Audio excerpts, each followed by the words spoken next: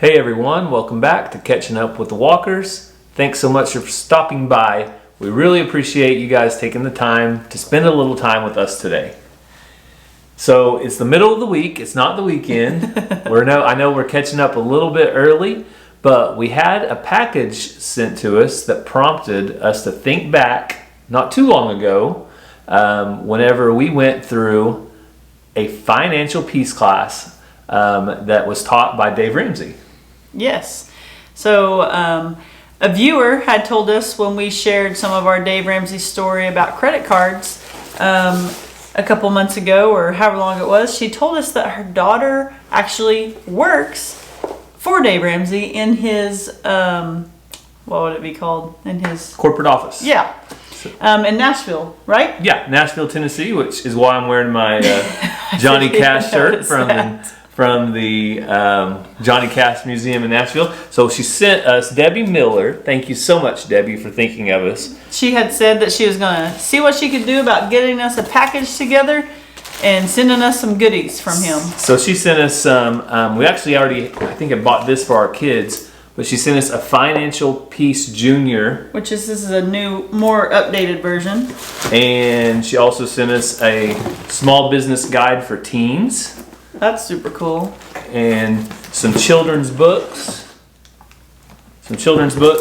Along with a coffee mug or two. So actually a couple of different coffee mugs. We like coffee mugs here on Catching Up with the Walkers. So one of those coffee mugs is right here. I went ahead and opened it up. See if I can get that in there. The Ramsey Show. It actually had a little chip on it, so I possibly could have gave this away, but I just claimed it for myself because it already had a little chip. It looked like it had my name on it, and it fits my hand very well. So it's a pretty cool cup.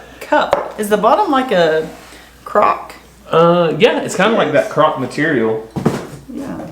But Dave Ramsey is not a crock, so we wanted to talk to you guys a little bit about the truth behind Dave Ramsey and what he is all about. And how he has helped us, put us on a road of success, as we would like to say, because as you know, lots of marriages go through lots of things. Most marital problems are when it comes to money and not agreeing. And before we ever got married, we went through Financial Peace University. We got on the same page. We understood our mission and what we wanted to do, and never once have we argued about money. So statistically, 50% of the marriages that end in divorce are from money fights and money problems. So starting out with a marriage on a firm foundation with the financial peace principles that are taught, which are principles for the class that we went through of God's way of handling money. I mean, I kind of knew I didn't really need any financial advice. It was more for Gary. Oh, really? It doesn't matter who it was for, but the main thing was it got us on the same page and got us going in the right direction as far as pulling in the right direction together when it came to terms of money and money in our marriage. So I think that one of the key things that Financial Peace University, if you go through the Bible-based version, because there's different versions out there, some of them are for more businesses and don't include as much as the biblical principles. But the one we went through, it ties it back to, like I said, God's way of handling money. One of the key verses that I got from that class that I will never forget, but you quote almost daily, is Proverbs 22, verse 7. Just as the rich rule over the poor, so the borrower is slave to the lender. And I would say a large percentage of the population are slaves to somebody, whether that's the mortgage company, the credit card company, the car company, Lowe's, McDonald's. I actually, this is something I did not enable, but in our merchandise store at walkerfarmfam.com, there's an option to enable payments where people can. They had a funny name for it. Where like buy now, Pay later. pay later type thing. Like 3 even payments of like $15 if you're buying $50 worth of merchandise. That's or goofy. whatever. So you can finance anything, and that is just crazy.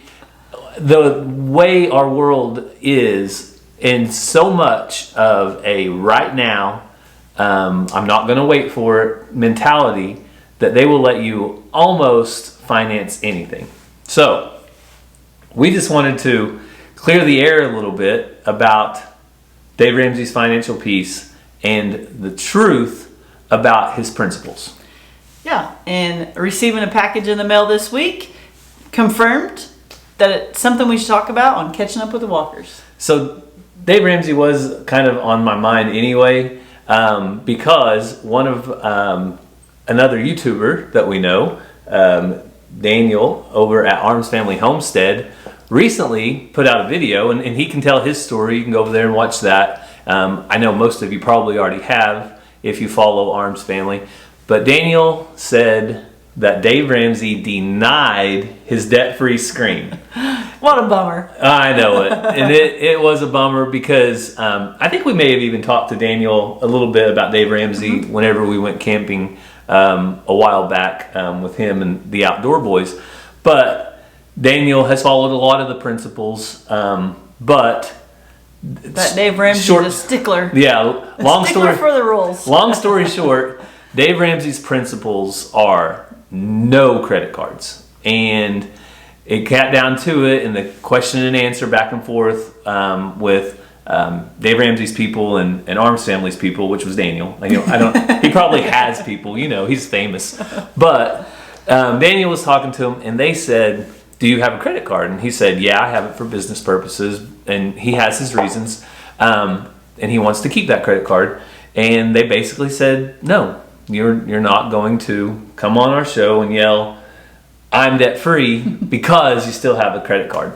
Well, I feel like Dave Ramsey's principles are solid. Like they have, and they ain't easy. They have a firm foundation, and a lot of them are tied back to biblical principles. The verse that I just read about the borrower is slave to the lender. So Dave's approach to financial peace and gaining financial peace is 90% behavior and 10% head knowledge, or maybe 80% behavior, 20%.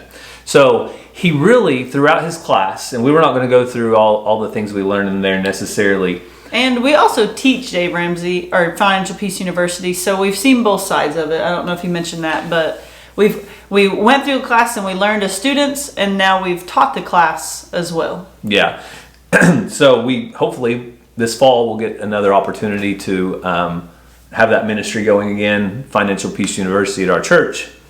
It looks like we're going to get to do that. So his principles, though, are all about behavior and changing the behaviors that you've done in the past that have came up with undesirable results. So a lot of the behaviors are borrowing money. That's the biggest thing that you can do to remove financial peace from yourself. Because if you take away the number one thing that allows you to build wealth, which is your income, and you take that money and pay it to the banks and pay it to the credit card companies and pay it to your auto dealership or credit union, then you lose your ability to gain a stable foundation and have financial peace. So I understand his principles, and I understand why he's so firm about them, because if you don't change that behavior, and if you say, well, I'm just going to keep that one credit card in my wallet, it's kind of like playing with gasoline. You're going to get burned sooner or later. Well, you're sitting here talking about this, and I see your Reckless Saints of Nowhere hat, and it reminds me of Jordan's philosophy on why they're what they do works compared to what the state doesn't work, because it's long-term treatment, it's biblical based,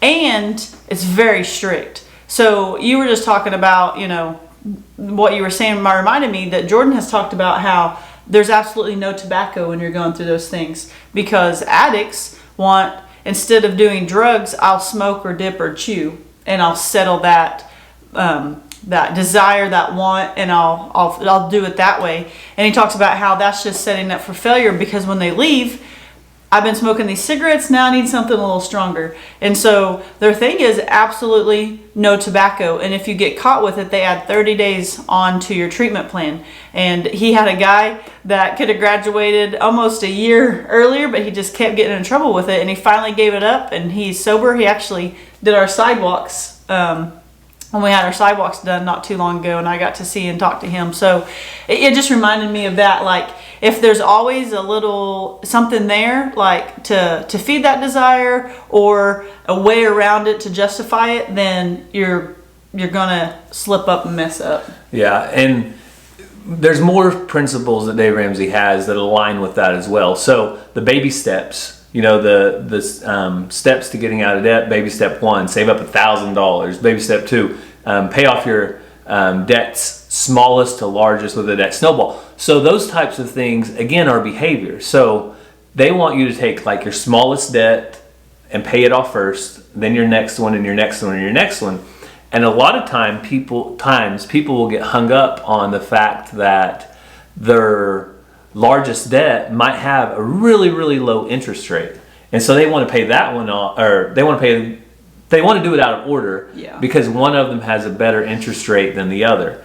But his principles teach to get small wins. So like if you pay off that tiny debt, and that's a win. And you're like, let's do this again. And then you got money, and you put that amount extra towards your next debt, and you pay that one off. And then you have more wins. And then you have another debt that you get paid off. And that's even more momentum that gets you going. And before you know it, you're like all in. You're out of control. I want to sell everything. I want to sell the kids. I want to sell the dogs. I want to sell the cats. I want anything I can do to get out of debt. So it's all about behavior and changing the behaviors that got you into the debt to begin with.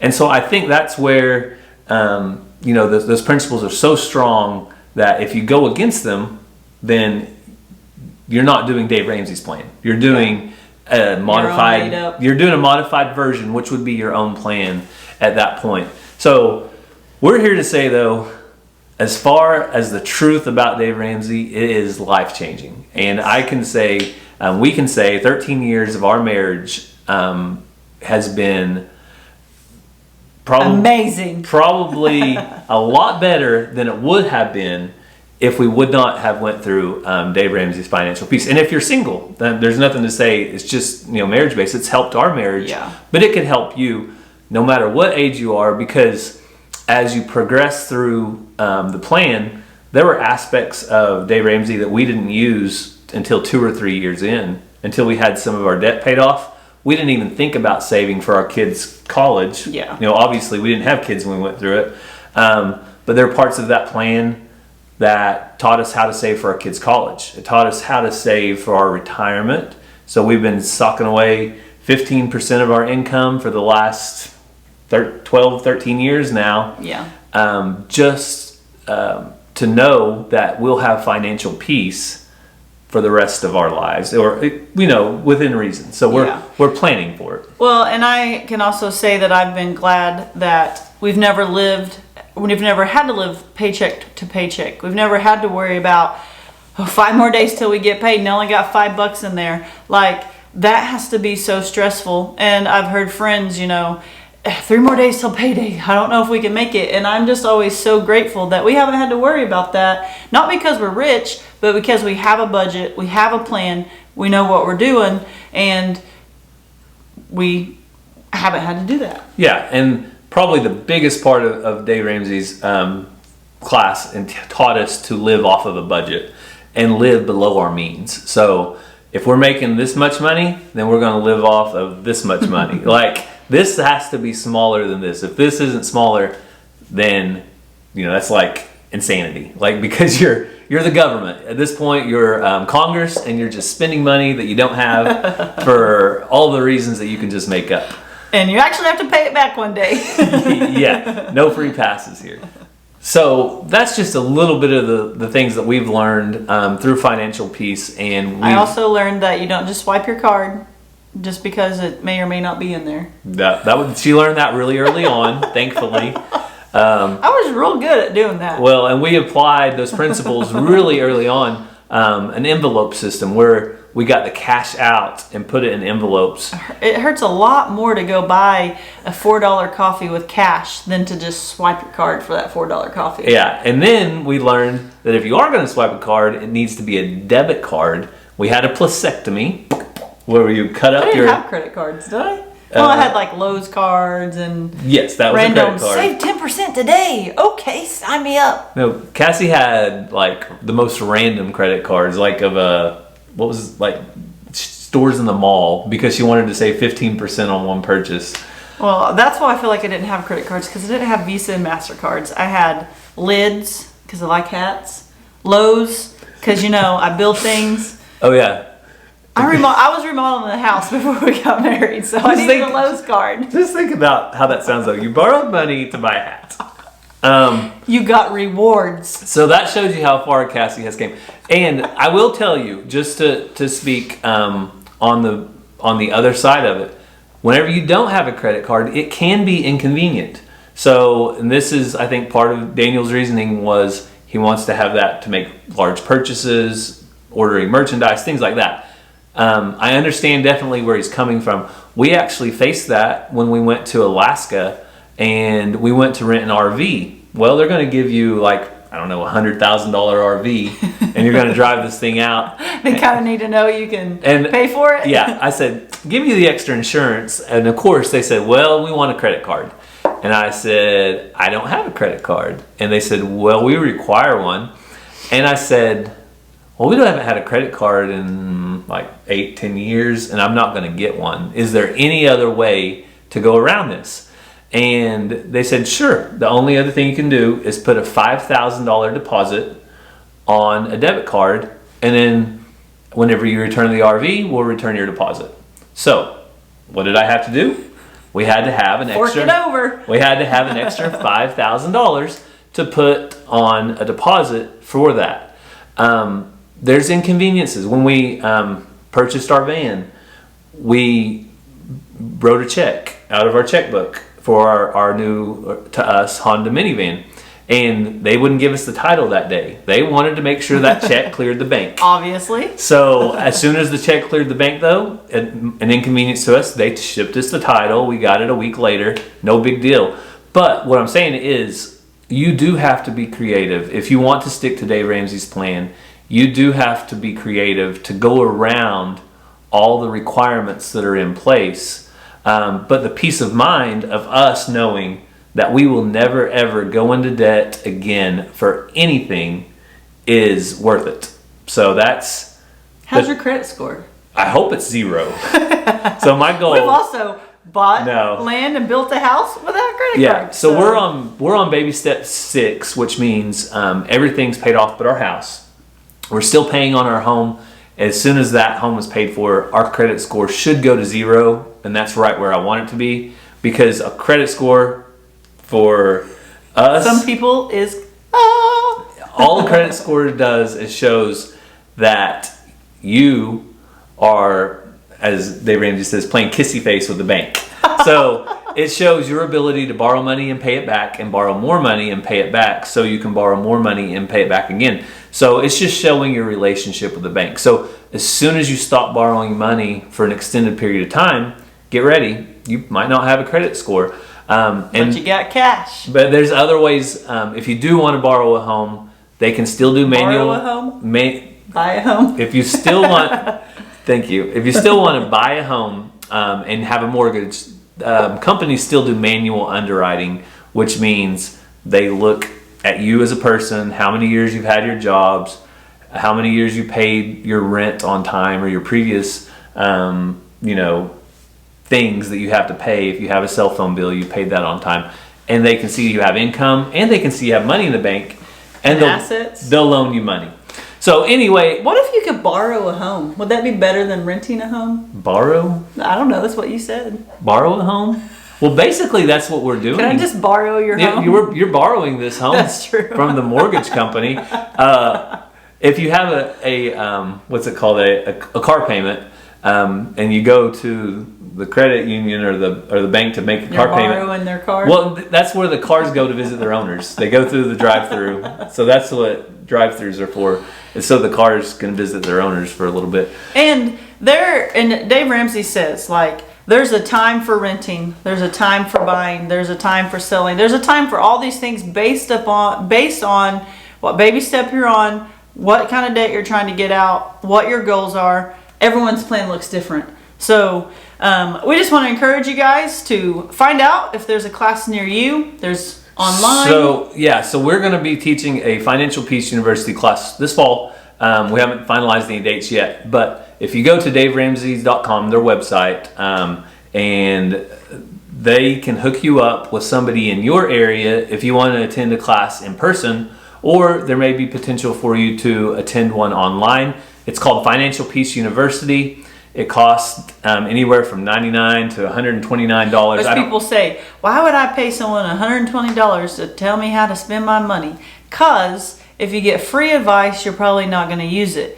If you had to pay money for the advice, plus you get all the materials, but if you had to pay money for the advice, you're probably going to try to do it. And it's changed over the years, so it's now an online resources. Used to, you got a whole big box of paper materials, all sorts of CDs and DVDs. Yeah, and now it's online resources. You stream it. It's more modern. They have an app called the Every Dollar app that you can use for your financial budgeting and things like that. So look into that if you're interested. And we're telling you this not because we want to brag, not because we are just so proud of our financial situation. We were in horrible shape 13 years ago. We had multiple credit cards, we had car payments, we had bigger and more expensive cars than what 22-year-olds needed. Cassie had a big TV that was probably not the most wise choice of her purchases. This is my first real big paycheck, and I went and got the biggest TV money could buy, and smart or flat screen TVs were not cheap then. Yeah, she paid for it. So we're saying this. Where is that TV? Because if you're not in a place financially where you're happy, there's hope. There is opportunity to receive solid principles and guidelines about financial advice that can change your life financially and allow you to have financial peace, which is two words for a lot of people that does not go together, but it can, and it should. So if you have the opportunity, if you're mad at debt, if you want to change, you should look into it. If you like debt and you like your credit card and you like your auto payments, you should not look into it because someone convinced against their will be of the opinion still, and you don't want to waste your money. So if you don't want to change, please don't waste your money and keep doing what you're doing because you'll keep getting what you get. But if you want to change and you're tired of the same old paycheck to paycheck, month to month, then look into Dave Ramsey and you can get the same help that we did that can help you change your life. And Dave always says in every relationship, there's a nerd and there's a free spirit. And you got to learn how to work together and be in unison, be on the same page, and do this. Did you call me a nerd? Did you just kind of float right across that without me noticing? Maybe. No, we are on the same page, and that's the most important thing. I'm still the one that's like, hey, look, we can do this. We got the money. We should do that. And he's the one that grounds me, but we don't have an argument about it. But every now and then he sees a tool that he wants, and I'm like, no, I usually say buy it. No, we'll budget for it and get it if we need it. But I hope you guys if you have any questions, I hope you guys ask them. We'll try to answer all that we can. But the most important thing, the best thing you can do if you are interested is head over to Dave Ramsey's website. We'll leave a link in the description so you can get over there and check out the resources that are available. So thank you so much to Debbie Miller for sending that awesome box over. It was really exciting to get it. We always open everything, like if I get something, I open it. If he gets something, he opens it before we show everybody, and especially before we show the kids, just to see what's inside. Sometimes we take out our favorite candy if it's got candy in it. No, but I opened it. That's why I haven't been getting the good candy. I went to the post office and I was like, whoa, this is heavy. I got in the car, got my knife out, opened it, and I immediately called Gary because I was so excited.